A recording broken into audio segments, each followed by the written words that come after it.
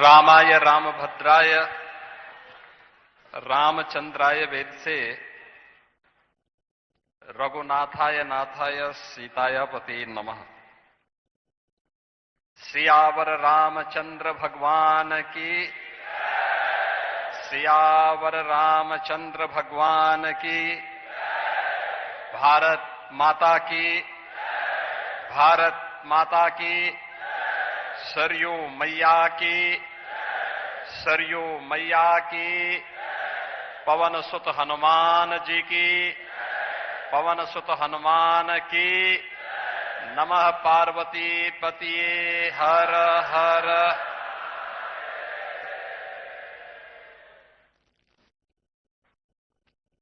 वासंतीय नवरात्रि के प्रतिपदा की स्थिति में जो भारतीय नव संवत्सर की प्रथम तिथि है, मैं सबसे पहले आज के इस समारोह में हमारे बीच में कृपा पूर्वक पधारी भारत गणराज्य की महामहिम राष्ट्रपति आदरणीय श्रीमती द्रौपदी मुर्मू जी का, उत्तर प्रदेश सरकार और आप सभी उत्तर प्रदेश वासियों, उत्तराखंड के आए हुए राम भक्तों की ओर से हृदय से स्वागत करता हूं, अभिनंदन करता हूं। आप सभी को भारतीय नव संवत्सर की हृदय से बधाई और शुभकामनाएं। आज के इस समारोह में उपस्थित उत्तर प्रदेश की माननीय राज्यपाल आदरणीय श्रीमती आनंदीबेन पटेल जी, अत्यंत आध्यात्मिक विदुषी पूज्य माता अमृता नंदमयी जी, राष्ट्रीय स्वयंसेवक संघ के वरिष्ठ स्वयंसेवक आदरणीय भैया जी, श्री राम जन्मभूमि तीर्थ क्षेत्र ट्रस्ट के कोषाध्यक्ष पूज्य स्वामी गोविंद देव गिरी जी, देश के कोने कोने से पधारे हमारे सभी पूज्य संतजन, श्री राम जन्मभूमि आंदोलन और उसके उपरांत प्रभु श्री राम के इस भव्य मंदिर निर्माण के इस पावन अभियान के साथ जुड़े हुए सभी हमारे राम भक्तगण, उपस्थित बहनों और भाइयों, आज भारतीय नव संवत्सर का प्रथम तिथि और श्री राम जन्मभूमि के परिपूर्ण होने के उपलक्ष्य में श्री राम यंत्र की स्थापना के कार्यक्रम में आदरणीय राष्ट्रपति जी का सानिध्य प्राप्त हो रहा है। आप सभी आध्यात्मिक विभूतियों का सानिध्य यहां प्राप्त हो रहा है। मैं इस अवसर पर आदरणीय राष्ट्रपति जी का, पूजनीय अम्मा जी का, प्रदेश की माननीय राज्यपाल जी का और आप सभी पूज्य संतों का, सभी विभूतियों का मैं उत्तर प्रदेश सरकार और उत्तर प्रदेश के नागरिकों की ओर से हृदय से स्वागत और अभिनंदन करता हूं।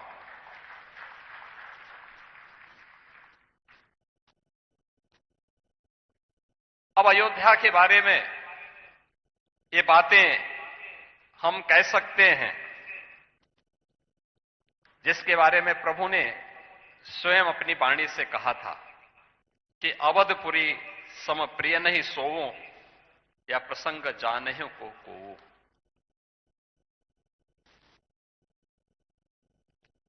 जन्म भूमि मम पुरी सहावनी, उत्तर दिशि वह सरयू पावने।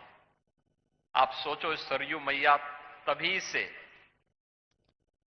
इस पवित्र अयोध्या धाम को पवित्र करते हुए अपने निर्मल जल से इस पूरे क्षेत्र को आलोकित करती है। और आज सचमुच आदरणीय प्रधानमंत्री जी के यशस्वी मार्गदर्शन और नेतृत्व में श्री राम जन्मभूमि मंदिर निर्माण के लिए भूमि पूजन का कार्यक्रम हो, श्री रामलला के प्राण प्रतिष्ठा का कार्यक्रम रहा हो, श्री राम जन्मभूमि में राम दरबार के विग्रह की पवित्र विग्रह की स्थापना का कार्यक्रम रहा हो, या फिर श्री राम जन्मभूमि में मंदिर निर्माण के कार्य के पूर्ण होने के उपलक्ष्य में ध्वजा आरोहण के कार्यक्रम और आज परिपूर्ण होने के उपलक्ष्य में श्री राम मंदिर में श्री राम यंत्र की स्थापना का एक कार्यक्रम हर सनातन धर्मावलंबी को और हर सच्चे भारतीय को यह आनंद से विभोर कर देता है। यही तो भारत की आस्था है, जिस आस्था को पहले अंधविश्वास कह करके अपमानित किया गया था। ये अपमानित करने वाले वही लोग हैं जो उत्तर प्रदेश या देश की सत्ता में रहते थे। अपनी सत्ता को बचाने के लिए वे नोएडा नहीं जाते थे। वह उनके लिए अंधविश्वास और रूढ़िवादी नहीं था, लेकिन राम मंदिर की बात करना, काशी में काशी विश्वनाथ धाम के निर्माण की बात करना और कृष्ण कन्हैया के मथुरा वृंदावन की बात करना उनके लिए अंधविश्वास का पर्याय था। लेकिन आज हम सब गौरव की अनुभूति कर सकते हैं जो दुनिया में कहीं नहीं हुआ। 500 वर्षों के बाद जो आस्था 500 वर्षों तक निरंतर बनी रही, तमाम विप्लव को झेलती रही, संघर्षों पर संघर्ष का मुकाबला करती रही, लेकिन वह आस्था कभी रुकी नहीं, कभी डिगी नहीं, कभी झुकी नहीं। वह संघर्ष, वह सत्ता किसी की भी रही हो, वह सत्ता के खिलाफ वह संघर्ष जो इस आस्था को अपमानित करती थी, उसके खिलाफ ये संघर्ष निरंतर जारी रहा। और अंततः वह दिन आ रहा है जब अयोध्या, आज का ये अयोध्या इस रूप में हम सबके सामने है। अयोध्या में राम मंदिर के निर्माण के बारे में जो बात यहां पर अभी पूज्य गोविंद देवगिरी जी महाराज ने कहा, ये केवल राम जन्मभूमि पर प्रभु श्री राम का भव्य मंदिर ही नहीं है, भारत के राष्ट्र मंदिर का एक प्रतीक बन गया है और राम राज्य की आधारशिला भी है। आज आपको भारत के अंदर देखने को मिल रहा होगा, राम राज्य बैठे त्रिलोका, हर्षित भये गए सब लोका। शोका बैरुन कर काहू सन कोई, राम प्रताप विषमता कोई। वर्णाश्रम निज निज धर्म, निरत वेद पथ लोक, चलहि सदा पावहि सुखहि, नहीं भय शोक न रोग। बहनों और भाइयों, दुनिया में वर्तमान में तमाम युद्ध चल रहे हैं, अव्यवस्था है, आर्थिक अराजकता है, भय है, दहशत है, और हम भारत में अयोध्या धाम में भय मुक्त होकर के हजारों की संख्या में राष्ट्रपति जी के अभिवादन के लिए श्री राम यंत्र की स्थापना के इस कार्यक्रम में सहभागी बनकर के राम राज्य की अनुभूति का एहसास कर रहे हैं। यही तो है जिसके बारे में कहा जाता है कि भारत भारत इसलिए बना है क्योंकि भारत को हमारे ऋषि मुनियों की तपस्या ने, हमारे अन्नदाता किसानों के परिश्रम ने, हमारे कारीगरों की उद्यमिता ने और भारत की आस्था ने सदैव एक भारत श्रेष्ठ भारत के रूप में बनाए रखा है। और आज श्री राम जन्मभूमि की यज्ञ की पूर्णाहुति के कार्यक्रम के साथ जुड़ करके न केवल आप, न केवल हम, न केवल उत्तर प्रदेश वासी, बल्कि देश और दुनिया में जहां कहीं भी सनातन धर्मावलंबी है, उन सब के मन में आनंद की अत्यंत अनुभूति हो रही होगी। हर व्यक्ति इच्छुक है क्योंकि हम लोग तो यहां की व्यवस्था के साथ, ट्रस्ट के साथ और यहां के प्रशासन के साथ जब बराबर संवाद बनाते हैं, पूछते हैं, निरंतर व्यवस्था के बारे में पूछते हैं। आपने देखा होगा उत्तर प्रदेश के अंदर गत वर्ष 2025 में 156 करोड़ श्रद्धालु और पर्यटक उत्तर प्रदेश के आध्यात्मिक और धार्मिक स्थलों की यात्रा करने के लिए आया है। 156 करोड़। दुनिया के अंदर 156 करोड़ श्रद्धालु, दुनिया के अंदर इतनी आबादी किसी देश के पास नहीं है जितने हमारे यहां उत्तर प्रदेश में श्री राम जन्मभूमि में, काशी विश्वनाथ धाम में, प्रयागराज महाकुंभ में, मथुरा वृंदावन में दर्शन करने के लिए लोग आए हैं। बहनों और भाइयों, ये नया भारत है और ये बदलता हुआ भारत भी है। अब वर्तमान पीढ़ी जिसके बारे में लोग कहते थे कि ये दिग्भ्रमित है, लेकिन वो दिग्भ्रमित नहीं है, वो सही दिशा में जा रहा है। नया वर्ष मनाता है तो मंदिरों में जाता है, किसी ऐसे टूरिस्ट डेस्टिनेशन में नहीं जाता जहां पर सनातनता के विरोध में कोई कार्य हो रहा हो। आज वो जाता है तो मंदिरों में जाता है, परिवार के साथ जाता है, और यही उसके संस्कार हैं। यहां पर अभी पूजनीय अम्मा जी ने जो बात यहां पर कही है, वह अक्सरशः आज नए भारत में देखने को मिल रही है। मैं इस अवसर पर आदरणीय राष्ट्रपति जी का, पूजनीय माता जी का, आदरणीय राज्यपाल महोदय का और आदरणीय भैया जी का, आप सभी पूज्य संतों का, सभी राम भक्तों का और राम मंदिर निर्माण के इस यज्ञ में जिन भी कारीगरों ने, जिन भी श्रमिकों ने अपना अपना योगदान किया है, उन सब का मैं एक बार फिर से हृदय से अभिनंदन करता हूं। उन सबको मैं हृदय से कोटि कोटि नमन करता हूं।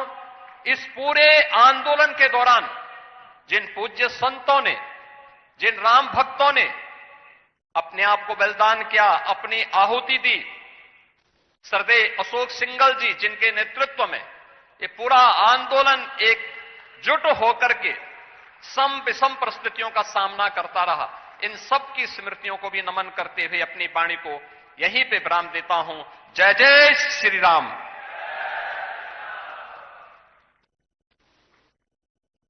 माननीय राज्यपाल श्रीमती आनंदीबेन पटेल से निवेदन है अपना संबोधन करें।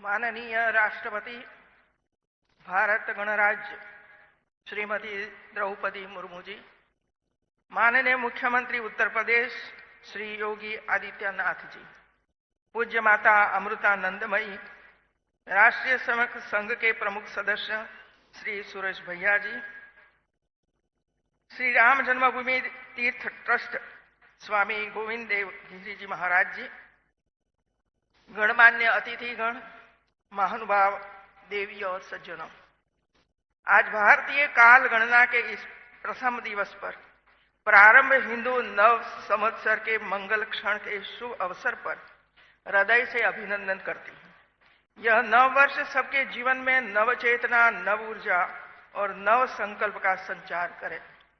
आज इस पावन अवसर पर श्री राम जन्मभूमि तीर्थ क्षेत्र में आयोजित इस पुनीत कार्यक्रम में उपस्थित होकर मेरा मन हर्षित है। यह शुभ और पावन संयोग है कि जब राम मंदिर के द्वितीय तल के गर्भगृह में श्री राम यंत्र की स्थापना जो हो रही है, उसी क्षण हिंदू नववर्ष का प्रथम प्रभात अपने स्वर्णिम आंचल के साथ उदित हो रहा है। अयोध्या भूमि आस्था, श्रद्धा और सनातन संस्कृति की अनंत धारा का जीवंत प्रतीक है, जहां प्रत्येक कण में मर्यादा, धर्म और आदर्शों की सुगंध व्याप्त है। यह वही भूमि है जहां आस्था इतिहास बनती है, जहां श्रद्धा संस्कार बनती है और जहां भक्ति राष्ट्र की चेतना में परिवर्तित हो जाती है। जब हम अपनी आस्था से जुड़े रहते हैं, जब हम अपनी जड़ों को थामे रखते हैं।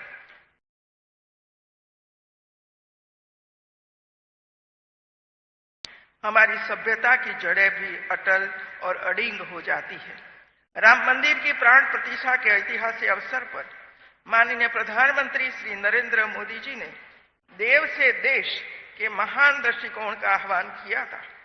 आज वही दृष्टि राष्ट्र के सांस्कृतिक पुनः जागरण का आधार बन चुकी है। आज करोड़ों देशवासियों के हृदय में नया विश्वास जागृत हो रहा है, नई ऊर्जा प्रवाहित हो रही है और एक विकसित भारत का स्वप्न साकार होने की ओर अग्रसर है।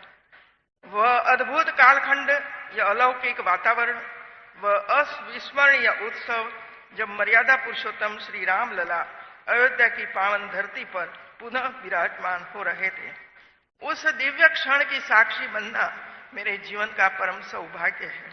वह अनुभूति शब्दों की सीमा से परे है, वह भाव जिसे भाषा बांध नहीं सकती, वह उल्लास जिसे अभिव्यक्ति थाम नहीं सकती, उसे तो केवल समय ही अपनी स्मृतियों में संजो सकता है।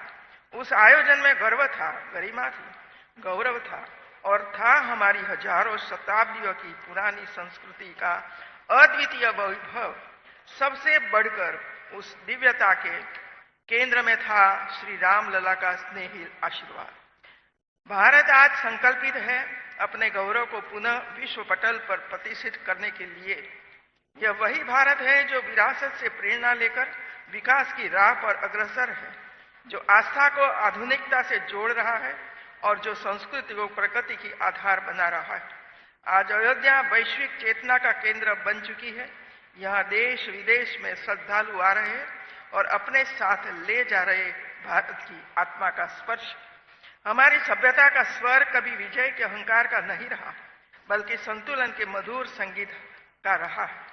यह वह संस्कृति है जो पराजय और पराभव की नहीं, समन्वय और सह-अस्तित्व की बात करती है। हमारी आस्था हमें विभाजन की ओर नहीं ले जाती, वह तो हृदय से द्वार खोलकर प्रेम का दीप जलाती है। हमारी शक्ति विनाश का उन्माद नहीं है, सृजन का संकल्प बनकर प्रकट होती है। भारत वह भूमि है जहां शक्ति का अर्थ है सृजन, जहां आस्था का अर्थ है करुणा और जहां धर्म का सार है समाज को जोड़ना।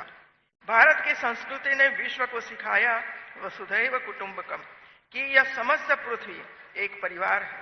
भारत ने यह भी सिखाया सत्यमेव जयते कि अंततः विजय सत्य की होती है। हमारी परंपरा हमें सिखाती है कि आस्था केवल आराधना नहीं बल्कि उत्तरदायित्व भी है। शक्ति केवल सामर्थ्य नहीं बल्कि संरक्षण और सृजन का संकल्प है।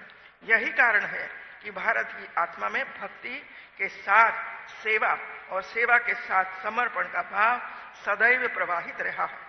आज जब हम विकसित भारत 2047 संकल्प की ओर अग्रसर है, तब यह लक्ष्य केवल एक तिथि नहीं बल्कि एक आस्था, एक तपस्या है, एक ऐसा स्वप्न जिसे हमारे युवाओं की ऊर्जा, उनके नवाचार और उनके अटूट विश्वास ने साकार करने का मार्ग प्रशस्त कर दिया है।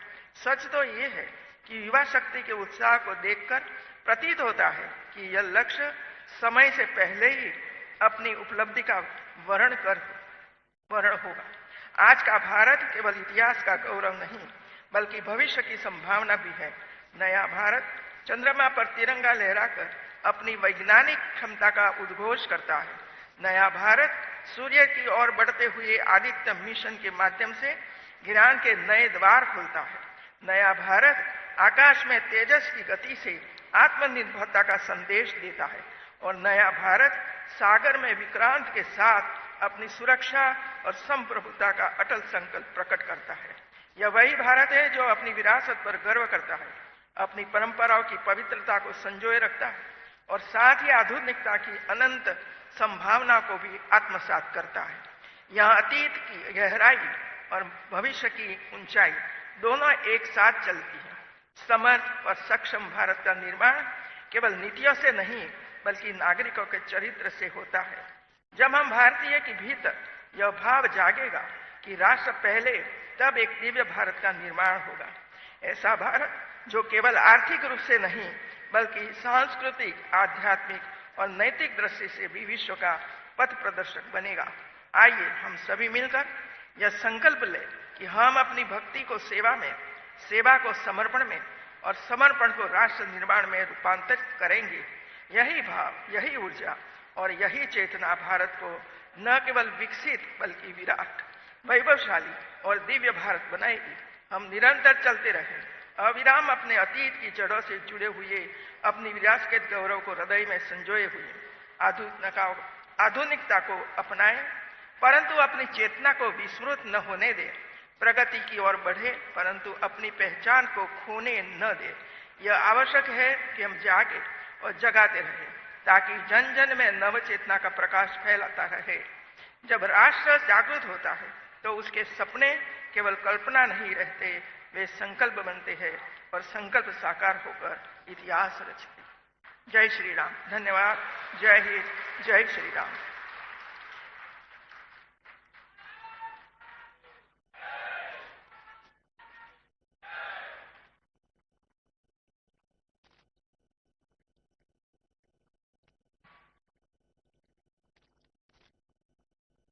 आदरणीय श्रीमती द्रौपदी मुर्मू भारत की माननीय राष्ट्रपति जी के निवेदन राष्ट्र को संबोधित करने की कृपा करें।